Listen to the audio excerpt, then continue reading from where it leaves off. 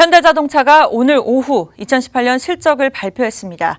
97조라는 최대의 매출액을 기록했지만 환율과 미중 무역 갈등의 악재 등으로 영업이익이 절반 가까이 줄었는데요. 정세미 기자와 자세한 내용 살펴보겠습니다.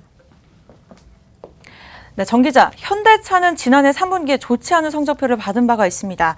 이번에도 부진한 흐름이 이어질 것이라는 관측이 우세한데요. 실제로 어떻습니까? 네, 지난해 전체 실적부터 한번 살펴보겠습니다. 우선 매출이 97조 2,500억 원으로 2017년 대비 0.9% 증가하며 최고치를 기록했습니다. 중국 시장이 부진했지만 신흥국에서의 판매량이 증가하며 매출 확대를 이끈 건데요.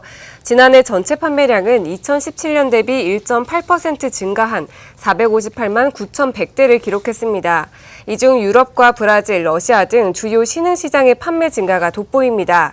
판매량 중 해외 부분은 2017년 대비 1.3% 상승해 386만 8,100대를 기록했습니다.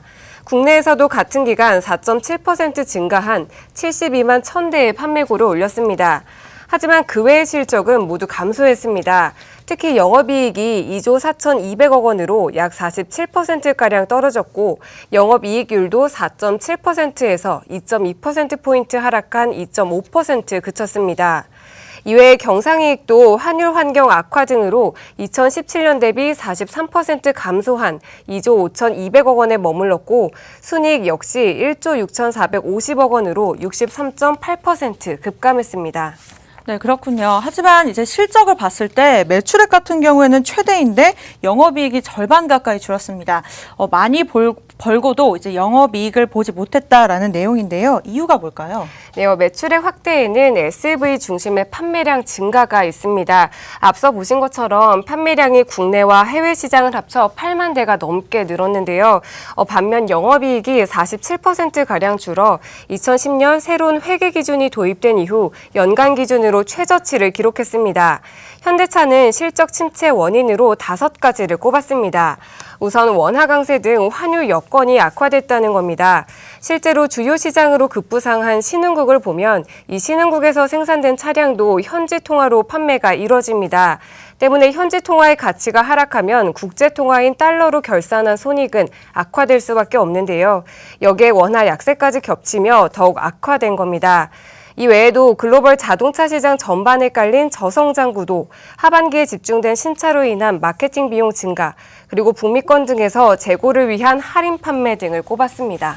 네, 하지만 문제는 오랜 것 같습니다. 이 실적 흐름을 바꿔서 반등의 해로 삼아볼 수 있을까요? 네, 업계에서는 올해 현대차 실적이 개선될 것이라는 전망이 우세합니다. 우선 신차가 대거 투입됩니다. 지난해 처음 출시돼 3만 대 이상 계약된 대형 SUV 팰리세이드에 이어 고급 브랜드 제네시스의 첫 SUV인 GV80 등 신차 효과가 나타날 거란 예측입니다. 현대차는 올해 글로벌 시장에서의 판매 목표로 내수 시장 71만 대, 해외 시장 396만 대를 포함해 총 468만 대로 제시했는데요. 관계자는 미국과 중국 등 주력 시장 조기 정상화에 집중하고 인도, 아세안 등 신흥 시장에 대한 대응을 강화해 실적을 끌어올릴 계획이라고 밝혔습니다. 또한 올해는 다양한 신차로 판매를 견인하고 전 세계 SUV 수요 확대에 적극 대응할 방침이라고 밝혔습니다. 전문가는 미중 무역 갈등과 중국의 경기 둔화 등 통상 환경을 둘러싼 다양한 대응책을 준비해야 한다고 조언했습니다. 네.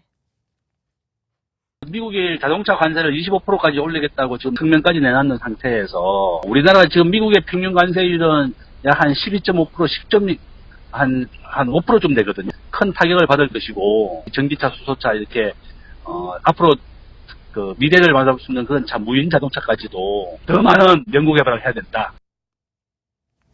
네, 현대차가 대외 환경 악화로 인한 실적 부진에도 불구하고 새로운 성장 기반을 마련해낼지 지켜봐야겠습니다. 네, 지금까지 정세미 기자와 살펴봤습니다. 좋은 정보 감사드립니다.